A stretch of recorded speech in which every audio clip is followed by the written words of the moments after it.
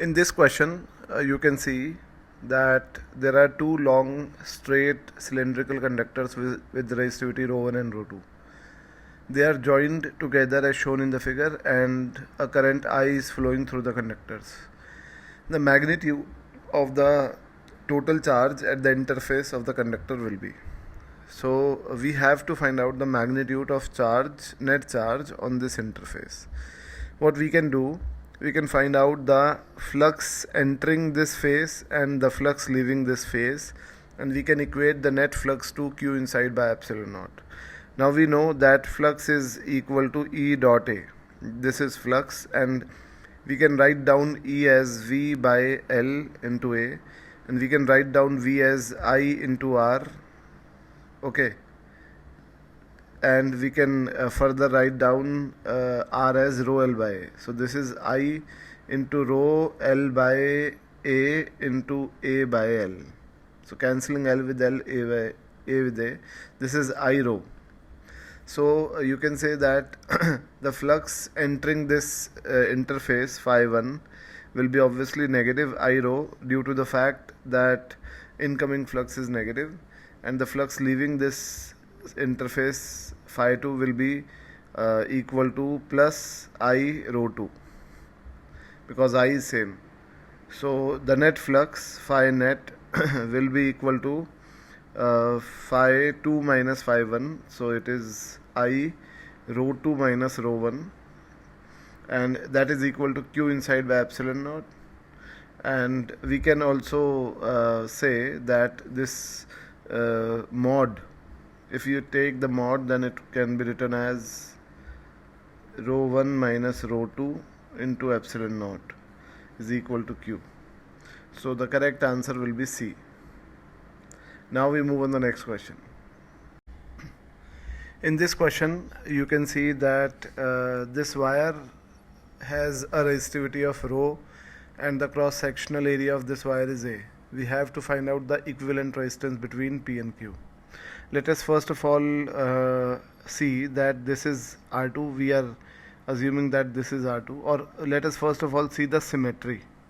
You can see that if you join P and Q with a line, and you can place a mirror on P and Q, PQ, then you can see that the image of this circuit would be this one, exactly the same image.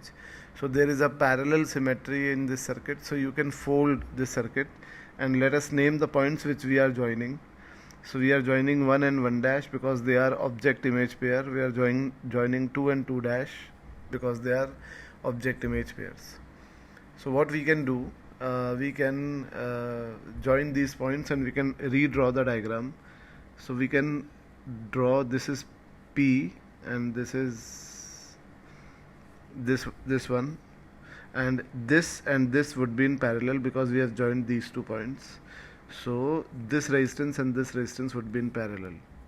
So this is point 1 plus 1 dash, this one, and this is this triangle.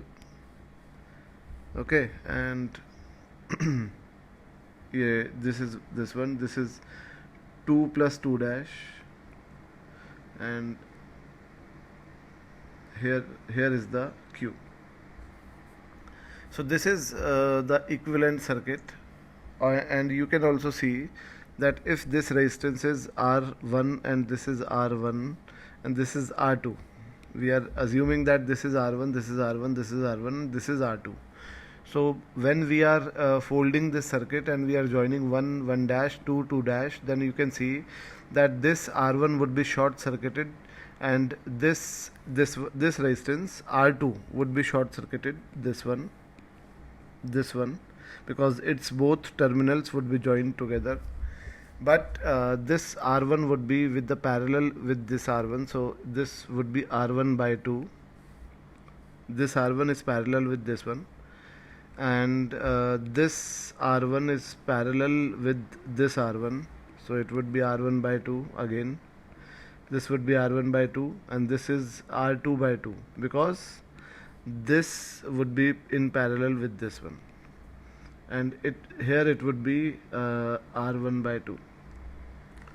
So this is the equivalent circuit, and you can see that this R1 by 2 and this R1 by 2 are in series, so this is R1 plus this is R1 and this is R2 by 2, so R1 by 2, in fact this is R1 because R1 by 2 plus R1 by 2 are in parallel, so R1 into R2 by 2 upon R1 plus R2 by 2. This is R equivalent among P and Q. Now let us find out the value of R1. R1 would be rho L by A. Now L is L by 2, so this is, and R2 would be, you can see that this square has a diagonal length of L. This is L. So we know that the square has a diagonal of root 2A. So root 2A is equal to L. So A is equal to L by root 2. So it would be rho L by root 2A. This is the resistance R2. And if we assume this as R, then this resistance would be, or we can assume this as R, so it would be root 2R. So we can substitute the values of these R1, R2 here. So R1 is R plus this is R into R2 by 2. R2 by 2 is R by root 2 divided by R1 is R plus R by root 2. Okay, so R equivalent would be R plus this is R square by root 2, and here it would be 1 plus 1 by root 2 into R, cancelling R with R, so it would be R plus 1 upon 1 plus root 2, and this is R. So you can say that it is 2 plus root 2 divided by 1 plus root 2 into R, and hence this is equal to root 2R. Now the value of R, you know, is equal to this one, so the final answer will be root 2R. So root 2R will be equal to rho L by 2A into root 2. So that will be the answer, option A. So the correct answer is option A. Now we move on the next question. In this question, you can see that there is a system in which there is a battery whose internal resistance is 2 ohms, and there is a variable resistance Y and the resistance R.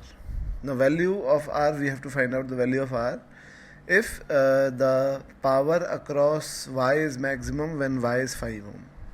So in this question we know that this is from the maximum power transfer theorem, and we have already done such kind of questions in that section in the playlist of current electricity, that what we have to do, we have to identify the load resistance.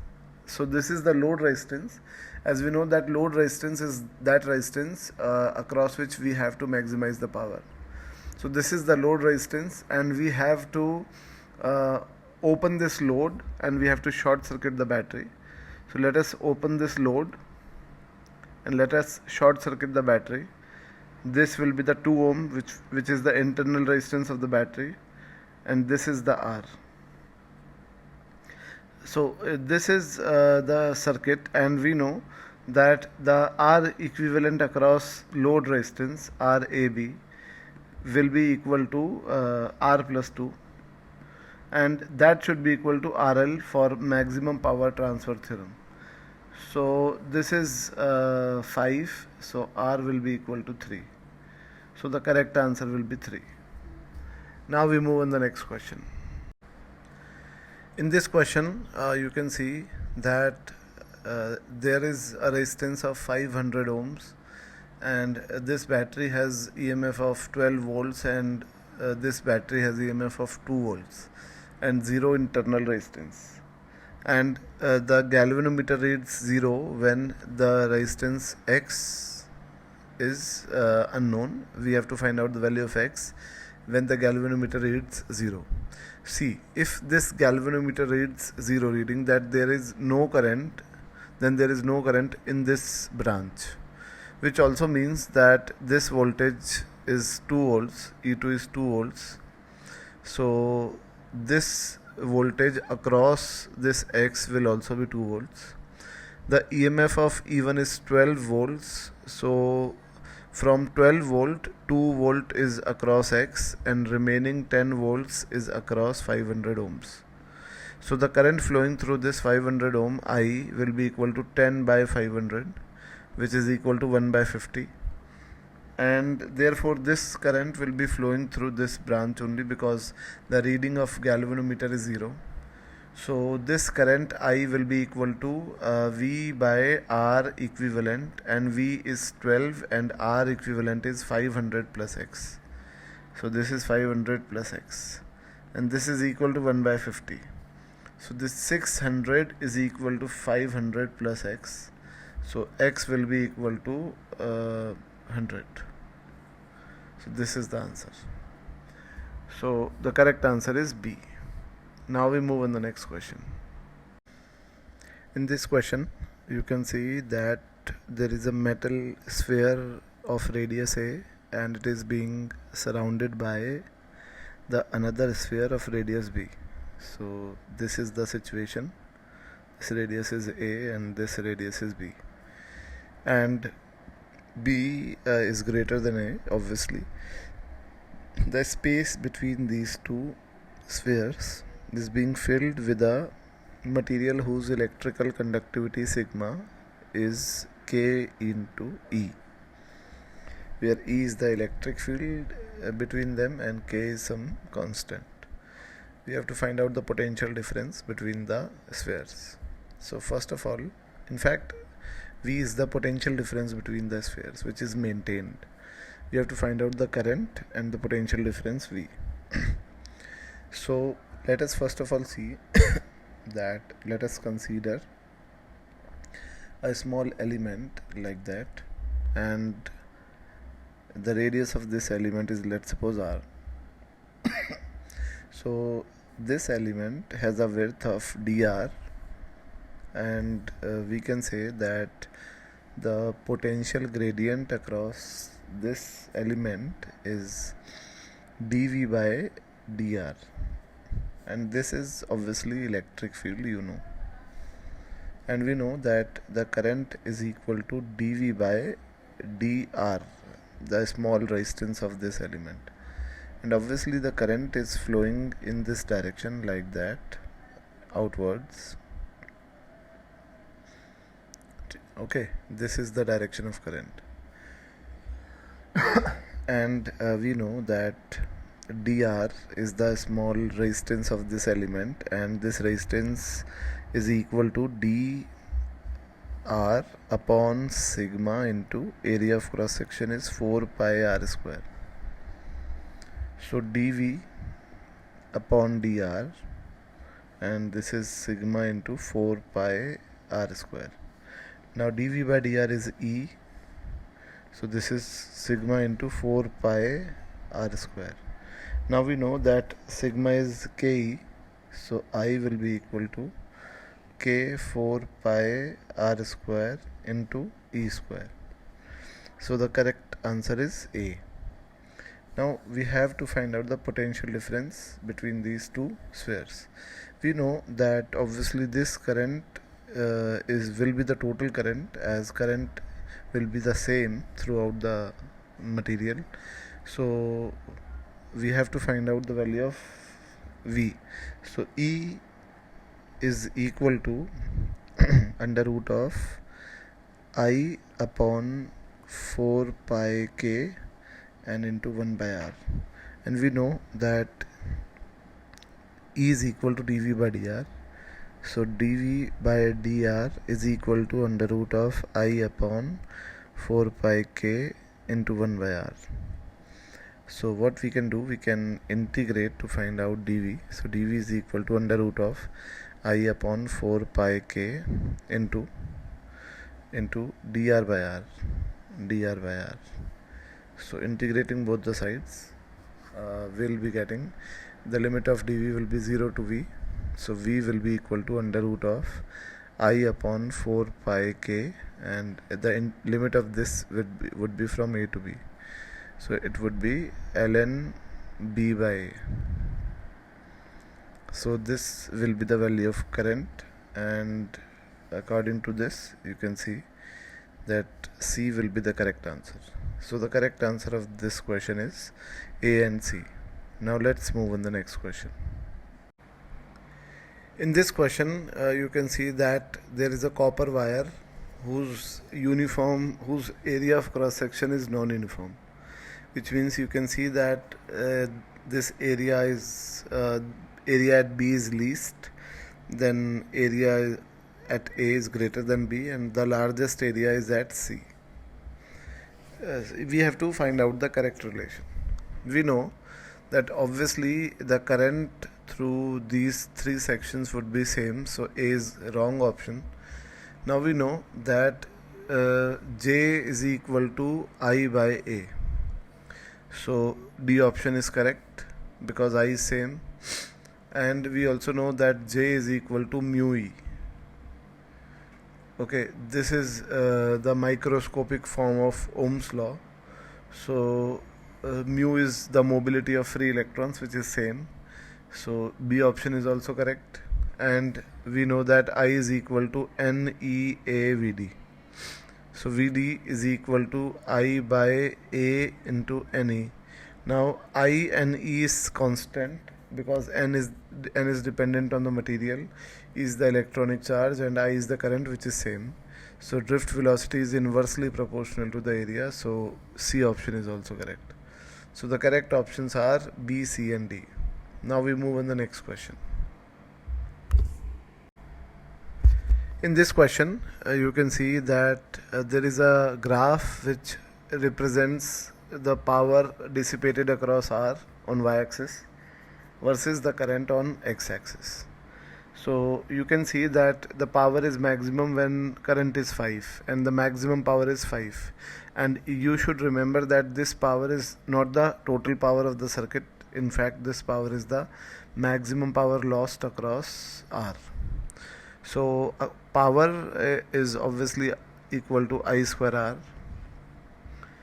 or we can say that power is equal to 5 in this case, and I is also 5 according to the graph. This is 5 and this is 5, so this is 5 square into R, so R will be equal to 1 by 5. And we know that according to the maximum power transfer theorem, when the internal resistance and the external resistance are equal, then the power loss across load is maximum. So we can say that R is also equal to R, and it is equal to 1 by 5. Okay, so the internal resistance is 0.2, A is correct. The EMF of the cell, now we know that I is equal to E upon R plus R. So I in this question is 5 and E is equal to E, and R plus R is 2 by 5. So E is equal to 2. And the value of R at which the power loss is 5 watts is 2.5, which is wrong. Okay, so we have already calculated R, and at I is equal to 2 ampere, power loss across R is 3.2. Obviously when I is 2 ampere, then 2 is equal to EMF, which is 2 upon internal, which is 1 by 5 plus R. So you can see that R will be equal to 4 by 5, and power loss across R will be I square R. I square will be equal to 4 and R is 4 by 5, so it would be 3.2. So the correct answer of this question is A, B and D. Now we move on the next question. In this question you can see that there is a battery of EMF 10 volts, and the internal resistance of the battery is 2 ohms, and there is an external resistance of 8 ohms.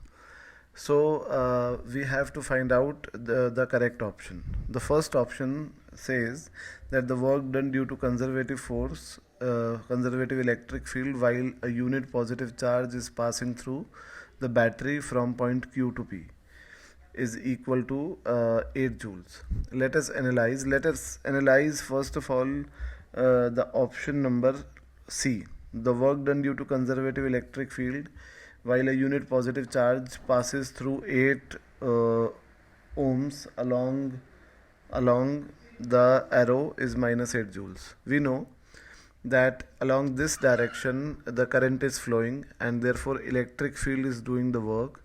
So the work done by electric field is positive, and it would be equal to Q into delta V.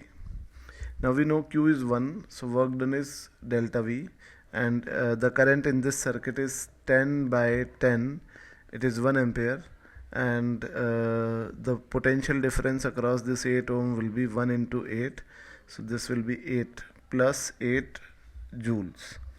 So this is wrong. Obviously we know that across the 8 ohm resistance it is plus 8 joule, and we know that electric field is conservative, so E dot dl across this closed loop would be 0. Okay, and therefore we can say that if the work done across 8 ohm is plus 8, and then the work done across this resistance, this complete circuit would be minus 8, because the total work done should be 0. So we can say that B option is correct, A is wrong, C is wrong, and work done due to non-conservative electric field. Now you know that the EMF generated in this cell is creating a non-conservative electric field inside it. So across this cell the work done would be delta V, and delta V is plus 10, so D is correct. So the correct answers are B and D. Now we move on the next question. In this question you can see that we have to consider a wire which is in a shape of a circle. So let us draw this wire, and the current flowing in this wire will be obviously rotating, and therefore the current density would be changing the direction continuously like that. Okay, so we have to find out the main reason behind this change of current density in direction. So we know that obviously source of EMF is just responsible for moving the charges, so this is incorrect. And electric field produced by the charges accumulated on the surface of the wire.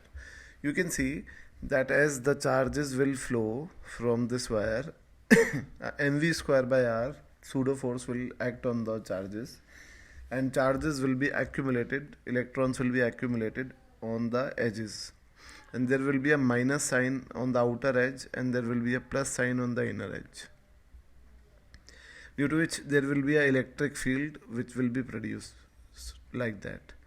And you can see that this electric field will also affect the rotating charges. So the electric field produced by the charges accumulated on the surface of the wire is the main reason, so that the current density changes. So B is the correct answer. And the charges behind a given segment of wire which pushes them just right away by repulsion, this is also wrong, because those charges are just pushing them in the forward direction. They are not pushing them to rotate, and therefore D is also incorrect. So the correct answer is only B. Now we move on the next question.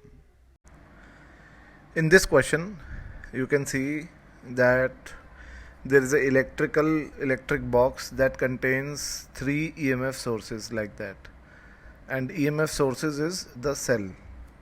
So you have to check that what is the EMF of the box, and which terminal is at higher potential, B or A, and what is the internal resistance of this box, and what is the terminal voltage of this 2 volt cell.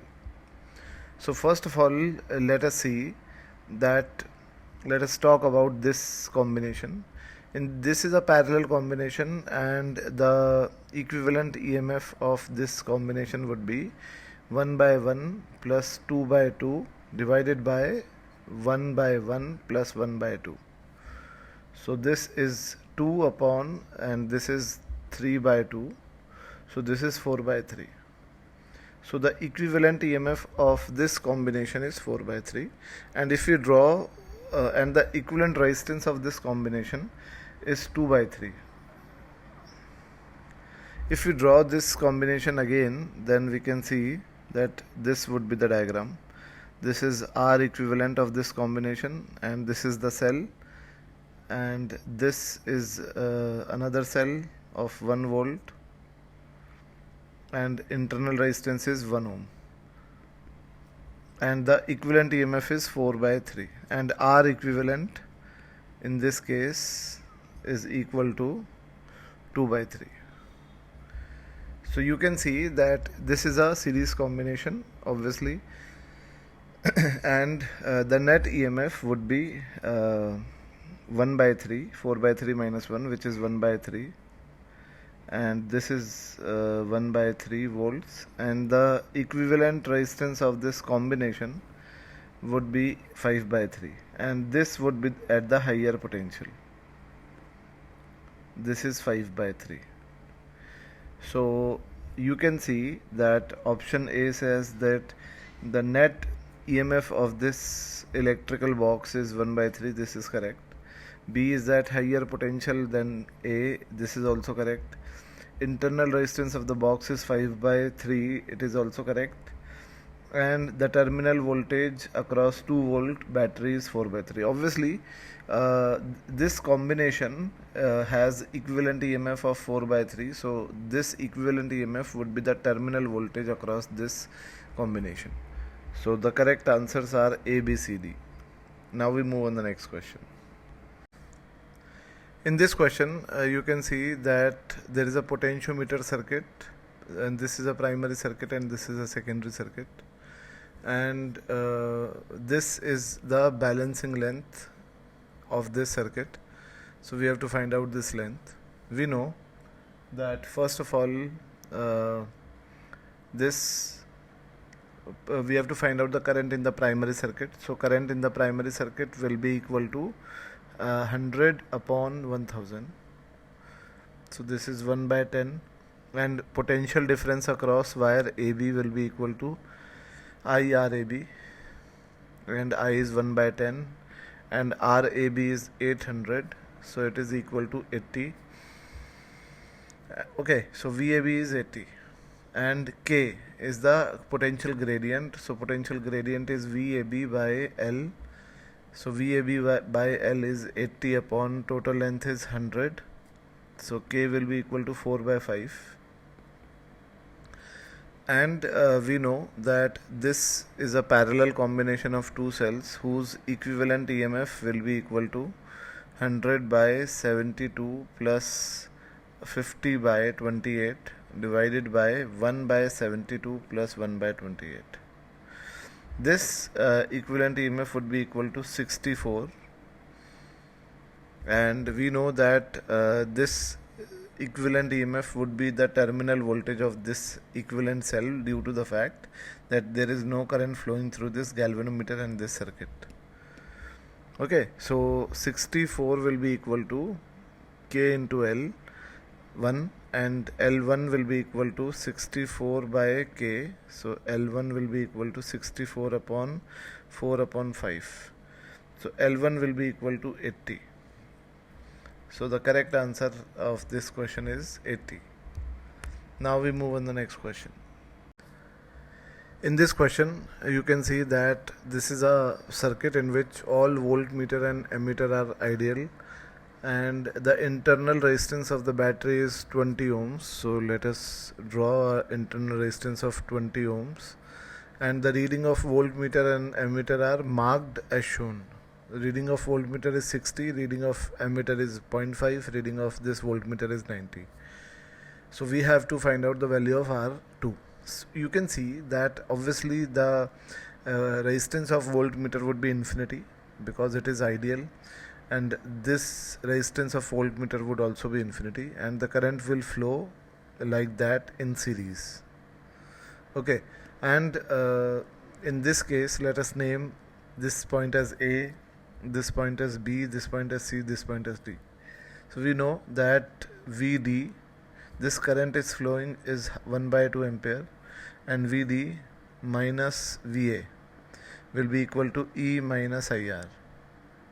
So VD minus VA will be equal to E is 120 minus I is 1 by 2, R is 20. So VD minus VA will be equal to 1110. And the second thing is the fact that VD minus VB is 90. So VD minus VB is 90. So let us subtract these two equations and let us see that VB minus VA is equal to 20. What we have done, we have subtracted this equation from this minus this, and also it is given that VC minus VA is equal to 60 volts, this VC minus VA. So we want to find out VC minus VB. So what we can do, we can subtract again these two equations, this minus this. So it would be VC minus VB, it would be equal to 40, and VC minus VB is equal to I R2, and VC minus VB is 40, so R2 is equal to 40 upon I. So 40 upon I is 1 by 2, so it is 80.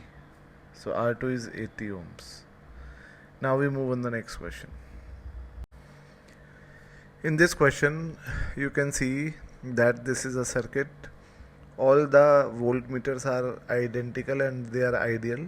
They have very, in fact not ideal, but we can say that they have very high resistance. The EMF of this ideal cell is 27 volts. We have to find out the reading of this voltmeter V3. Let us ground this point. So if we ground this point, then the potential of this point would be 0, potential of this point would be 0, and potential of this point would be 0. Potential of this point will be 27, this will be 27. Potential of this point, obviously you can see that these three are in series, these three are in series. So there will be a potential drop of 9 volts, 9 volts and 9 volts across all of them.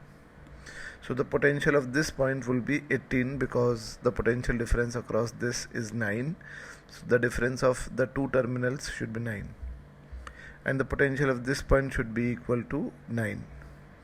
Similarly, potential of this point should be equal to 9 because this is 2R, so there will be a drop of 18. So what we can do, we can assume that the potential of this point is VB.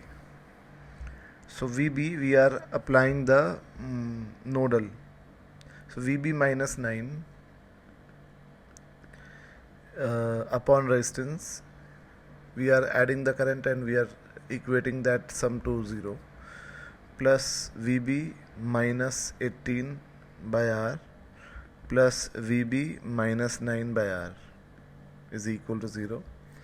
We are this is R, equating this R to 0.